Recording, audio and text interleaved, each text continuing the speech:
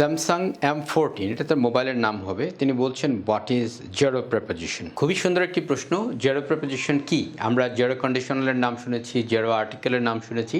আজকে আমরা আলোচনা করব জেরো প্রেপোজিশন। জেরো প্রেপোজিশন হলো যেখানে আমাদের কাছে মনে হয় প্রেপোজিশনটা হবে কিন্তু আসলে প্রেপোজিশনটা হবে না। এগুলো কোন কোন ক্ষেত্রে হয়? এগুলো সাধারণত টাইম এক্সপ্রেশনের ক্ষেত্রে হয় না। কিছু কিছু ভার্ব থাকে তারপরে আর প্রেপোজিশনের দরকার হয় না। তারপরে কিছু ফ্রেজ থাকে, কিছু ইডিয়ম অ্যান্ড ফ্রেজ থাকে যার পরে ওই সার্টেন ওয়ার্ডটাই হয়, এগুলোর পরে আর প্রেপোজিশনটা হয় না। যদিও অর্থগতভাবে করলে, বাংলা থেকে ইংরেজি করলে মনে হবে যে সেটা হয়, আসলে এটা হয় না। আরেকটা হচ্ছে কোনো কোনো ভার্ব আছে যেটা ডিরেক্ট অবজেক্ট গ্রহণ করে, যারা ডিরেক্ট অবজেক্ট গ্রহণ করে সেখানেও হয় না। এই চারটা জায়গায় মূলত আমরা প্রেপোজিশন ব্যবহার করি না। তাহলে চলুন প্রথমে আমরা টাইম এক্সপ্রেশনটা দেখি। যেমন এখানে আছে হলো I will see you in next week. এখন আই উইল সি ইউ, আমি তোমার সাথে দেখা করব ইন নেক্সট উইক, অর্থাৎ নেক্সট উইকের মধ্যে। মনে হতে পারে ইন তো ঠিকই আছে, কিন্তু এইখানে এটা হলো টাইম এক্সপ্রেশন বোঝায় এই নেক্সট উইক দিয়ে, সুতরাং এখানে এই ইনটা হবে না। পরের এক্সাম্পলটা দেখা যাক। She left on last night. সে চলে গিয়েছিল লাস্ট নাইটে। তাহলে শি লেফট, সে চলে গিয়েছিল অন লাস্ট নাইট, মানে নাইট বলতে একটা সময় বোঝানো হয়েছে। তার মানে মনে হতে পারে ঠিকই আছে, আসলে এটা ঠিক নাই। এখানে আমাদের এই অনের দরকার নেই, অর্থাৎ শি লেফট লাস্ট নাইট। এরকম যেগুলোই থাকে টাইম এক্সপ্রেশন যেগুলো দিয়ে বোঝায়, সেইখানে আমাদের আর এই প্রেপোজিশনের দরকার নেই। চলুন আমরা পরেরটাতে যাই। কিছু কিছু ভার্ব আছে যেগুলো দিয়ে মোশন বা গতি বোঝানো হয়, সেই সমস্ত ভার্বগুলোর পরে আমাদের আর প্রেপোজিশন দেওয়ার দরকার হয় না, কারণ ওই প্রেপোজিশনটা আন্ডারস্টুড, মানে বোঝা যায় যে সেটা দিয়ে আসলে কি বোঝাতে যাচ্ছে, সেই ক্ষেত্রে আর প্রেপোজিশনগুলো দেওয়ার দরকার হয় না। যেমন ধরুন we entered into the room. এখন এন্টার মানে হলো প্রবেশ করা, হ্যাঁ, এন্টার মানেই প্রবেশ করা। এখানে ইনটু দ্য রুম, রুমের মধ্যে প্রবেশ করা, এইটা আমাদের আর এখানে ইনটু দেওয়ার কোনো দরকার নাই। কিন্তু আমরা যদি এখানে লিখতাম we stepped into the room, সেটা হতো। উই ওকড ইনটু দ্য রুম, সেটা হতো। কিন্তু এই এন্টার, এই শব্দটার মানেই হলো প্রবেশ করা, সুতরাং এর সাথে আমাদের আর ইনটু দেওয়ার দরকার নেই। পরটা দেখুন, she approach to the car. Approach মানে কাছাকাছি আসাতে, সে কারের কাছাকাছি গিয়েছিল।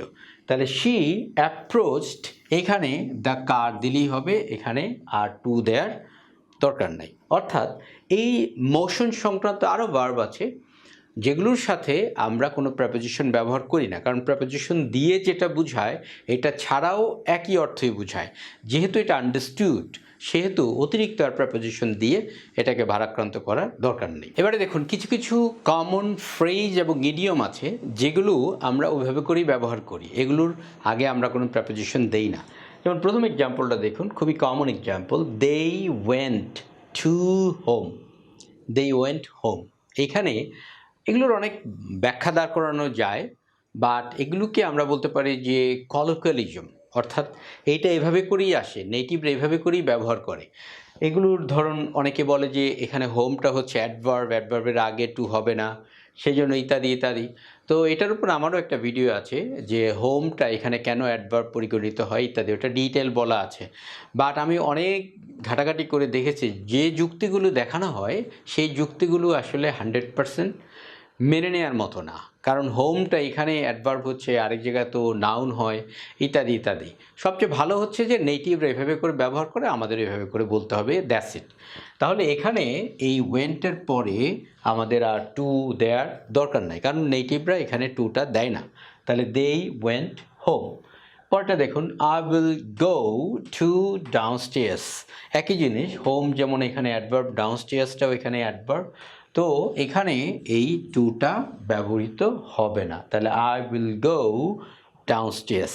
এগুলো আমাদেরকে মনে রাখতে হবে আর কি, যে নেটিভরা আসলে এভাবে করে ব্যবহার করে, আমাদেরও তাই এভাবে ব্যবহার করতে হবে। এগুলোর খুব বেশি মানে লজিক্যাল যে কি বলে যে যুক্তি দেখানো, সেটা আসলে এগুলোর ক্ষেত্রে হয় না। চলুন পরেরটা দেখি। এবার একটা দেখুন, কিছু কিছু ভার্ব আছে যারা সরাসরি অবজেক্ট গ্রহণ করে, সেই ক্ষেত্রে আমাদের আর কোনো প্রেপোজিশনের দরকার হবে না। যেমন she discussed about the plan. তাহলে এখানে ডিসকাস শব্দটা হচ্ছে ভার্ব, এই ভার্বটা সরাসরি অবজেক্ট গ্রহণ করে, এর সাথে আর আমাদের অ্যাবাউট দেয়ার দরকার নেই। তাহলে শি ডিসকাসড দ্য প্ল্যান। তারপরটা দেখুন, he reached on the topic. তাহলে হি রিচড দ্য টপিক, এখানে অন দ্য টপিক আর দরকার নাই, হি রিচড দ্য টপিক। তাহলে আমরা এখানে যেটা দেখানোর চেষ্টা করলাম সেটা হচ্ছে 4টা ক্ষেত্রে আমরা এরকম ব্যবহার করি যেখানে প্রেপোজিশনগুলোর দরকার হয় না। যদিও বাংলা থেকে ইংরেজিতে ট্রান্সলেট করলে আপনাদের কাছে মনে হবে যে এখানে প্রেপোজিশনটা হবে, কিন্তু আসলে প্রেপোজিশনটা সেখানে হবে না। সেগুলো কোন কোন ক্ষেত্রে?